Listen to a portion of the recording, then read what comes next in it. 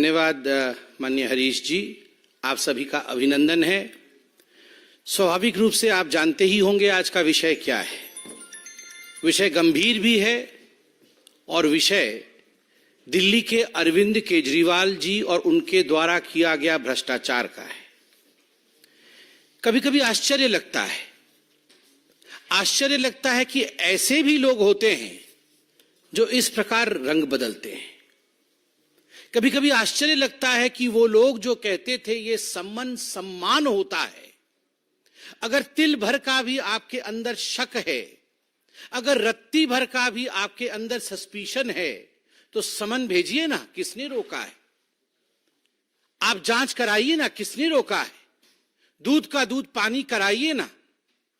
वो लोग जो हर दिन शाम प्रेस कॉन्फ्रेंस करके दूसरों के खिलाफ इल्जाम लगाते थे और ये कहते थे कि आप जांच कराइए और जांच करने के बाद चुनावी मैदान में उतरिए, आज वो लोग समन से भाग रहे हैं। आज वो लोग समन के नाम से डर रहे हैं। आज वो निर्लज बन के दुनिया के सामने मुंह दिखाने लायक नहीं है। और बड़े दुख के साथ कहना पड़ रहा है, टेक्निकलिटी खेल रहे हैं।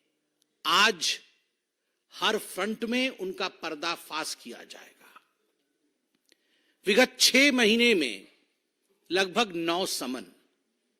The last 6 months has seen approximately 9 summons being delivered to Mr. Kejriwal, अक्टूबर से लेकर मार्च के महीने तक। मगर एक भी समन का सम्मान रखते हुए केजरीवाल जी ने हिंदुस्तान के जो संवैधानिक धारा है, जो संविधान के बनाए हुए ढांचे हैं, ही डिसरेस्पेक्ट्स देम। उनकी मान्यता का सम्मान नहीं करते हैं। ये जांच एजेंसियां कोई पॉलिटिकल पार्टीज नहीं बनाती है। ये जांच एजेंसियां एविडेंस के आधार पर काम करती है। और एक बात बड़ा स्पष्ट कर दूं, इससे पहले कि मैं दस्तावेज यहां प्रस्तुत करूं, जब कातिल कत्ल करता है ना, वो कितना भी होशियार कातिल क्यों ना हो, खून के धब्बे कहीं ना कहीं छुट जाते हैं और अंततो गत्वा कानून कातिल तक पहुंचता ही है। कत्ल किया है केजरीवाल जी ने हजारों करोड़ों लोगों के विश्वास का। कत्ल किया है केजरीवाल जी ने सच्चाई का। कत्ल किया है केजरीवाल जी ने विकास का। और उसके एविडेंसेस, उन खून के धब्बों के छींट चारों ओर फैले हुए हैं और तभी उन्हें समन दिया जा रहा है। उन छींट के कुछ धब्बे आज हम आपको यहां दिखाएंगे। उनके झूठ के पुलिंदे आपके सामने आज हम खोलेंगे। आप जान के आश्चर्यचकित हो जाएंगे, 9 समन 18 बहाने। 9 समन 18 बहाने। आप याद करिए, जब पहला समन आया था तो बहाना क्या था? दिवाली है। जब दूसरा समन आया तो बहाना क्या था? गवर्नेंस महत्वपूर्ण है। तीसरा समन आया था तो बहाना क्या था? मैं विपश्यना करने गया हूं। चौथा समन आया तो बहाना क्या था? असेंबली चल रही है। 5वां समन आया तो बहाना क्या था? मध्य प्रदेश में चुनाव चल रहे हैं, मैं कैसे आ जाऊं जी, मुझे तो भाषण करना है। 9 समन 18 बहाने। मगर ये बहाने चलने वाले नहीं है। कल से टेक्निकल बहाने दिए जा रहे हैं। और वो टेक्निकल बहाने क्या है? अरे, कोर्ट में तो इन समन्स को खारिज कर दिया, कोर्ट में तो हमें बेल मिल गया, फिर किस आधार पर ईडी हमें बुला रही है, फिर किस आधार पर जांच एजेंसी समन भेज रही है? ये जो पहला प्रश्न है, क्या कोर्ट ने इन समन्स को खारिज किया है? जो बार बार आम आदमी पार्टी के सबसे बड़े नेता अरविंद केजरीवाल जो बार बार कह रहे हैं कि ये समन्स इल्लीगल है। Are they illegal? क्या ये इल्लीगल है, गैर कानूनी है? चलिए पर्दाफाश किया जाए। यह दस्तावेज है। दस्तावेज क्या कहती है? क्या दस्तावेज है?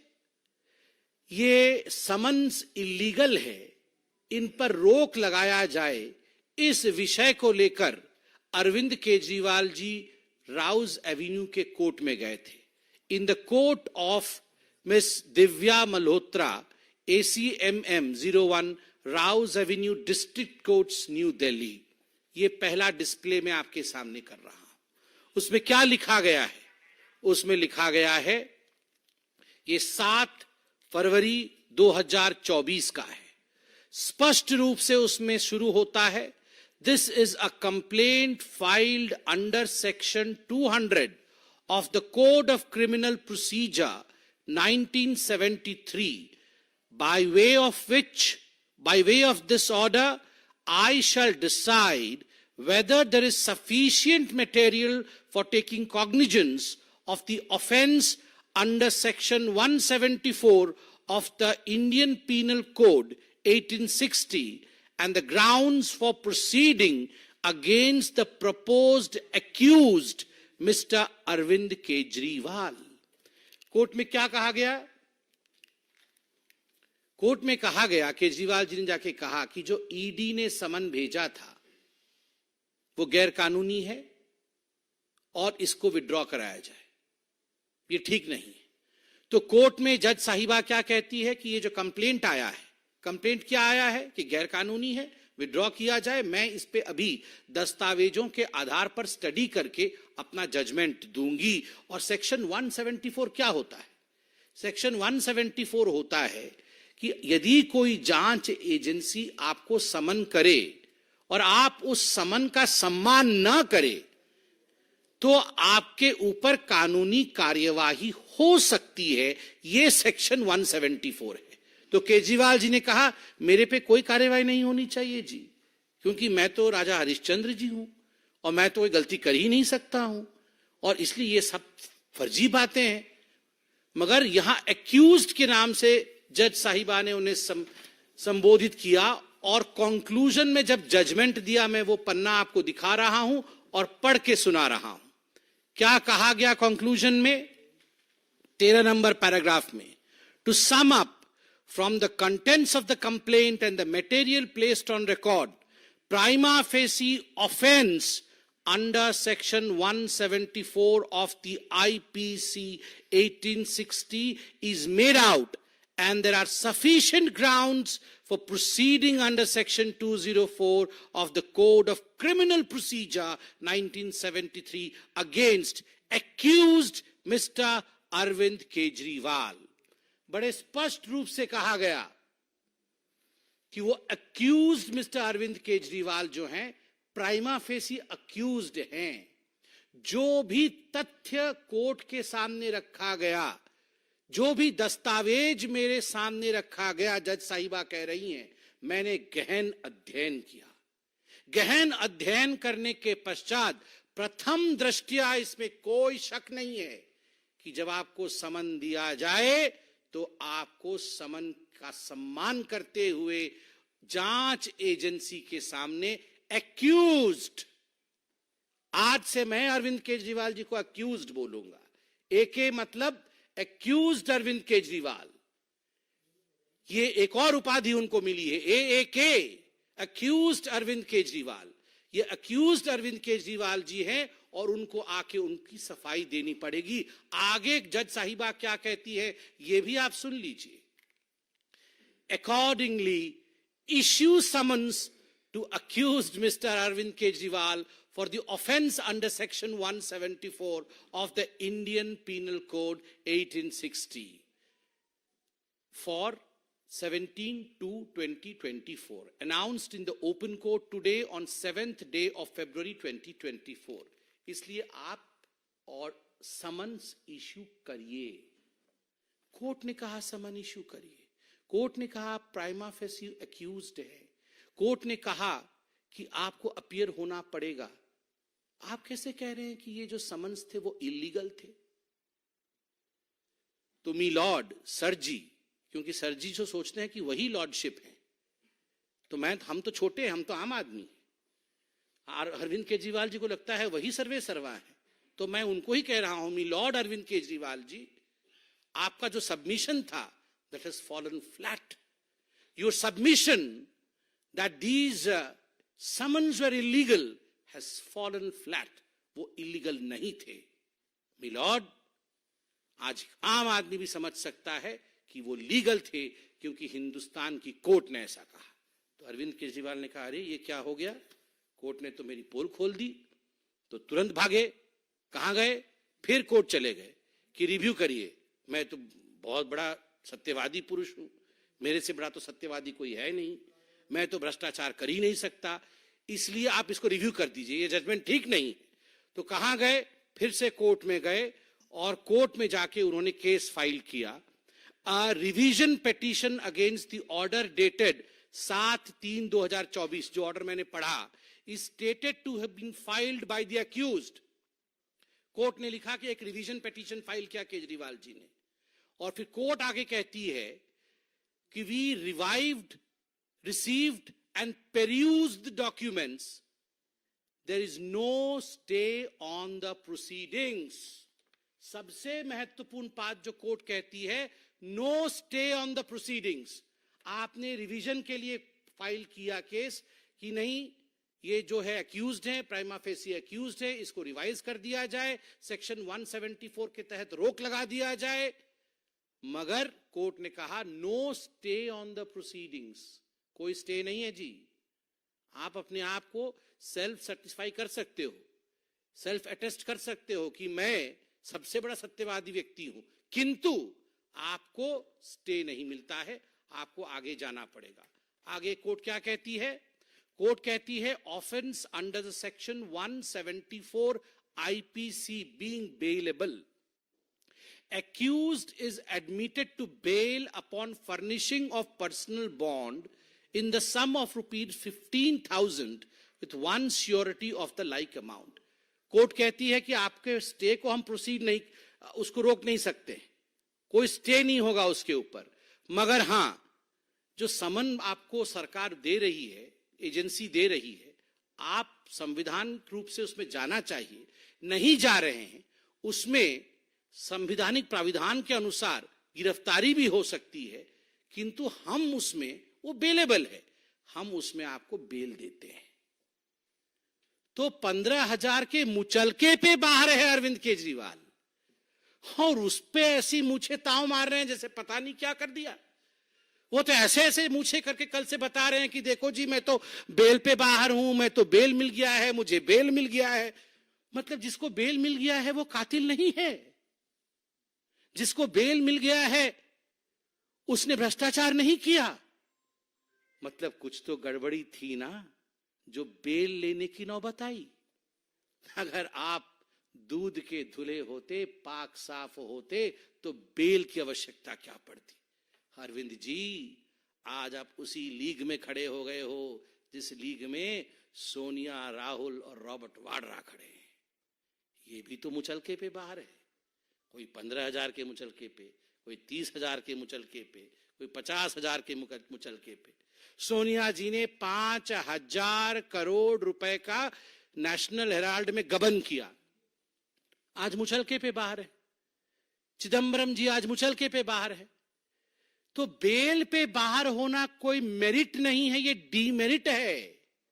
आपको बेल मिला है, आपको राहत नहीं मिली है, तो बेल को राहत के रूप में प्रस्तुत मत करिए। प्रेस कॉन्फ्रेंस लंबा हो जाएगा अगर प्रस्तुत करते चले जाएंगे, मगर फिर भी मुझे लगता है 2 विषयों की यहां सफाई त्वरित गति से करनी चाहिए। कल बता रहे थे ये दिल्ली जल बोर्ड वाला विषय क्या है जी, इस पे कहां से समन आ गया, किसी को कुछ पता नहीं है।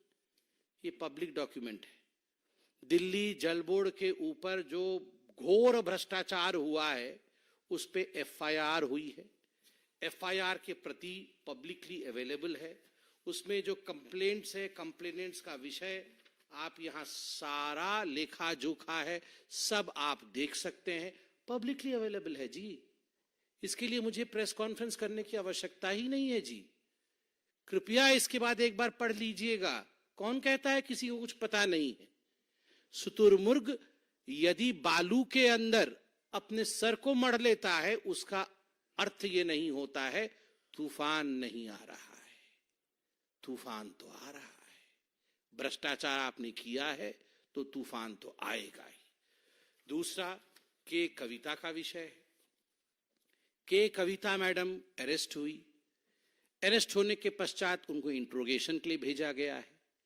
क्या स्टेटमेंट ईडी ने दिया है, मैं वो 4-5 लाइन पढ़ देता हूं अरविंद केजरीवाल जी के संज्ञान के लिए। अरविंद जी, ईडी कहती है, ED investigation revealed that Mrs. K. Kavita along with others conspired with the top leaders of Aam Aadmi Party including Arvind Kejriwal and Manish Sisodiya for getting favors in the Delhi excise policy formulation and implementation. In exchange of these favors, she was involved in paying rupees 100 crore to the leaders of Aam Aadmi Party. By the act of corruption and conspiracy in the formulation and implementation of Delhi Excise Policy 21-22, a continuous stream of illegal funds in the form of kickback from the wholesalers was generated for AAP. Further, Srimati K. Kavita and her associates were to recover the proceeds of the crime paid in advance to Aam Aadmi Party and to further generate profits or proceeds of crime from the entire conspiracy. ये आप सबके सामने है, आपने देखा होगा। आप सोच के देखिए, जो साउथ ग्रुप कोट अनकोट, आपको पता ही है, एक कंपनी है, कई लोग इसमें है। के कविता इसमें एक किंगपिन थी। के कविता के साथ अरविंद केजरीवाल की मीटिंग हुई कि नहीं हुई? क्या अरविंद केजरीवाल जी ने ये नहीं कहा कि आपकी कंपनी को हम, आपके जो पूरी कोहोट है, उस कोहोट को हम यहां पर लाके बसाएंगे, उनके माध्यम से शराब का कारोबार यहां करेंगे, 12% का कमीशन दिलाएंगे, 6% का किकबैक लेंगे, 100 करोड़ रुपए आप हमें दीजिए, उसमें से 50 करोड़ रुपए तुरंत दीजिए। अंततो गत्वा उनके खुद के ऑनगोल के जो एमपी है मंगूटा जी का स्टेटमेंट भी मेरे पास है। मंगूटा जी ने बड़े स्पष्ट रूप से यहां कहा हुआ है, ईडी के पास वो स्टेटमेंट है। We thought we can do liquor business in Delhi, and to know from the government, I have asked for time to meet Shri Arvind Kejriwal. Then this office has given time to me for meeting him at Secretariat on 16/3/2021 at 4:30 p.m. Regarding the liquor business, earlier Mrs. Kavita, daughter of Chief Minister of Telangana K. Chandrasekhar Rao, has already approached me to do liquor business in Delhi and offered to pay rupees 100 crore to the party, that is Aam Aadmi Party, and she will call you in the liquor business connection, or you call her, discuss about the future, since already their team is working in Delhi. ये अरविंद केजरीवाल जी के member of parliament का, कविता जी के member of parliament का statement on record है। अब उनका बेटा शायद अप्रूवर भी है। ये सब पब्लिक डोमेन पे है। और केजरीवाल जी, आप कहते हैं धब्बे नहीं है, ये धब्बे हैं। आपने विश्वास का कत्ल किया है। इतने कागज हैं, ये सब छींट है, क्योंकि समय नहीं है इन सब को गिनवाने का। मैं अपने आप को रोक नहीं पा रहा हूं। कहीं कहीं से एक एक लाइन पढ़ देना चाहिए। ये धब्बे आपके सामने आने चाहिए। ये जो कत्ल हुआ है और उसके खून के छींट आप भी देखिए। एक पन्ने पे लिखा हुआ है, in this manner it is amply clear that Miss K. Kavita has actively destroyed the digital evidence to conceal her role and involvement in the scam. एक धब्बे में ये भी लिखा हुआ है, statement of one staff of एरएसटी Mrs K Kavitha dated 8/8/2023 reveals that he collected two heavy bags containing cash from Sri Dinesh Arora's office on Sri Abhishek Boinpalli's directions and delivered it to Sri Vinod Chauhan.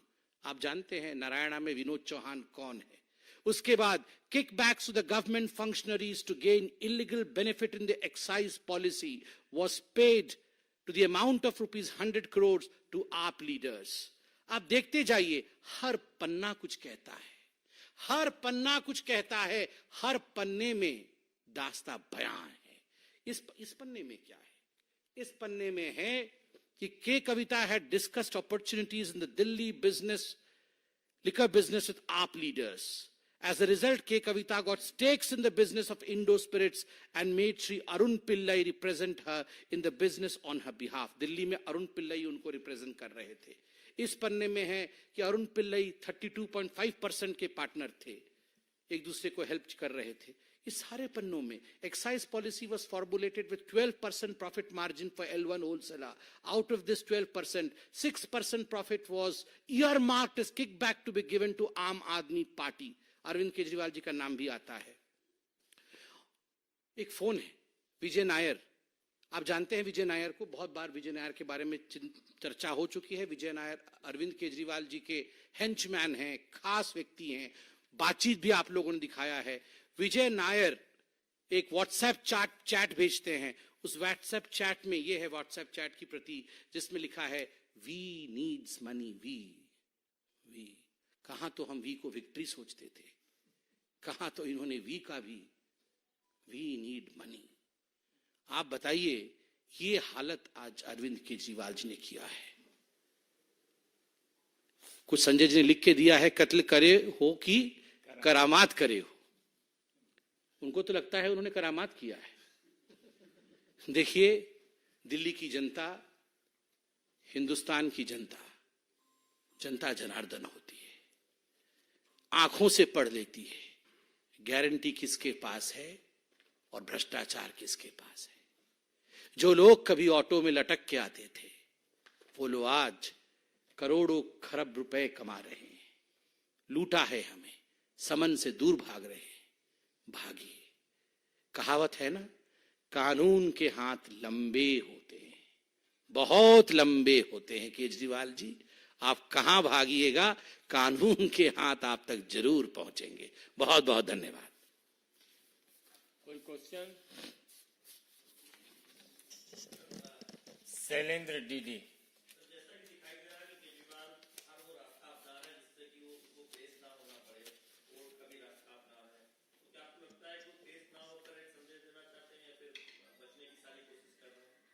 देखिए, इस देश में, यह एक लोकतांत्रिक देश है। पूरे विश्व का अगर तंत्र को देखा जाए तो हिंदुस्तान से बड़ा लोकतंत्र नहीं है। आपको क्या लगता है, कोई भी व्यक्ति, चाहे वो कितना भी बड़ा हो, चाहे वो मुख्यमंत्री हो, चाहे वो कोई मंत्री हो, क्या कानून और इस प्रक्रिया से भाग सकता है? आखिर कब तक भाग सकता है? और पोस्चरिंग, जिसको अंग्रेजी में पोस्चरिंग कहते हैं, आप पोस्चरिंग भी कब तक कर सकते हैं? जब दस्तावेज होते हैं, सबूत होते हैं, कहानी चीख चीख के अपने आप को बयां कर रही है, वैसे में कोई भाग नहीं सकता, कोई बच नहीं सकता। अंत तो गत्वा सत्य पकड़ ही लेती है। Aishwarya Paliwal, India today.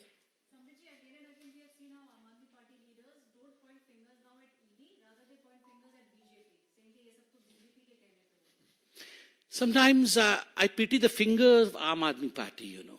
I don't know how many directions the fingers of Aam Aadmi Party have changed. Initially, you remember, the fingers were pointing to Lalu Prasad Yadav. The finger was pointing to Sonia Gandhi. The finger was pointing that Mr. Vadra is the most corrupt man. The finger pointed towards Rahul Gandhi as the most corrupt person on this earth. And then they shook hands and all the fingers came together. So as far as the finger of Aam Aadmi Party is concerned, I would rather talk about finger fry, not the fingers. Hindi एक second इस विषय को हिंदी में देखिए, madam ने हमसे पूछा कि ये जो उंगली आम आदमी पार्टी की है, वो बीजेपी के दिशा में इंगित कर रही है कि कहीं ना कहीं ये दास्ता जो समन्स का है, वो बीजेपी करवा रही है। मुझे शिकवा किसी से नहीं है, गिला और शिकवा है और दया है तो मुझे आम आदमी पार्टी के नेता की उस उंगली पे है। क्या क्या खेल करवा रही है आम आदमी पार्टी के मस्तिष्क अपने उस उंगली से सोचिए जरा। वही उंगली जो पहले उठती थी सोनिया गांधी जी की तरफ कहते हुए कि ये सबसे भ्रष्ट है, वही उंगली आम आदमी पार्टी की जो उठती थी लालू प्रसाद यादव को सबसे भ्रष्ट कहते हुए, वही उंगली जो रॉबर्ट वाड्रा को कहती थी कि ये सबसे भ्रष्ट है, वही उंगली जो दूसरों की तरफ उठती थी, वो उंगली आज उनके साथ हाथ मिला रही है। और आज वो उंगली क्रेडिबिलिटी की उंगली नहीं है। जनता अपने उंगली का कमाल दिखाएगी जब एक उंगली से बटन दबाएगी और कमल को जिताएगी। नीलू रंजन, दैनिक जागरण।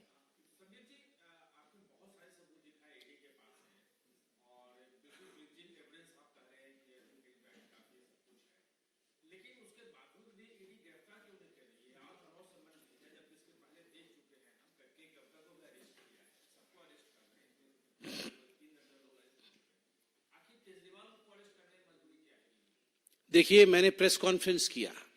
मैंने प्रेस कॉन्फ्रेंस करके जो तथ्य पब्लिक डोमेन में है, जो आप लोगों ने भी अध्ययन किया होगा, उसको एक सूत्र में पिरो करके लॉजिकल रूप से आपके समक्ष रखा, जो कि एक प्रवक्ता का कर्तव्य है, धर्म है।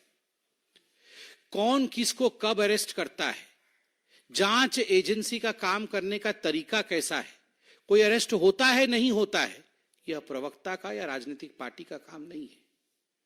यह देश लोकतांत्रिक देश है। लोकतांत्रिक तरीके से एजेंसियां काम करती है, कोर्ट काम करती है। इस पर टिप्पणी करना भी उचित नहीं होगा। मोहित भट्ट, टाइम्स नाउ।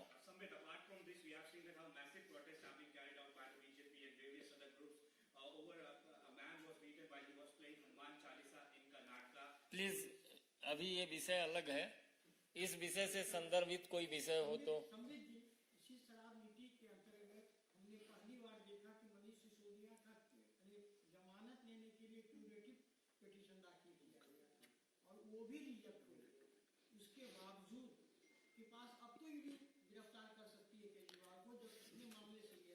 देखिए, एक बात तो स्पष्ट है और आप खुद ही मान रहे हैं, हिंदुस्तान मान रहा है।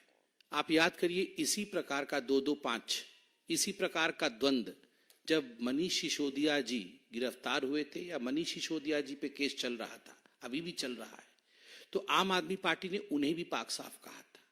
उससे पहले सत्येंद्र जैन के ऊपर भी इसी प्रकार की कहानी चल रही थी कि वो तो बिल्कुल सच्चे व्यक्ति हैं जी, हमने उनको गलत तरीके से जांच एजेंसियों का इस्तेमाल कराते हुए गिरफ्तार कराया। मगर नतीजा आपके सामने है, सुप्रीम कोर्ट तक विषय गया और आज दोनों नेता जेल के अंदर हैं, संजय सिंह भी जेल के अंदर है। यह दिखाता है स्पष्ट रूप से कि आम आदमी पार्टी के पास तथ्य नहीं होता। जहां तक गिरफ्तारी इत्यादि का विषय है, इस पर किसी पॉलिटिकल पार्टी के प्रवक्ता का टिप्पणी करना उचित नहीं है और यह हमारे परिसीमन से बाहर है। किस प्रकार से ईडी काम करती है, किस समय वो समन भेजती है, कौन गिरफ्तार होता है, कौन नहीं होता है, यह परिसीमन हमारा नहीं है, यह उनकी परिधि है।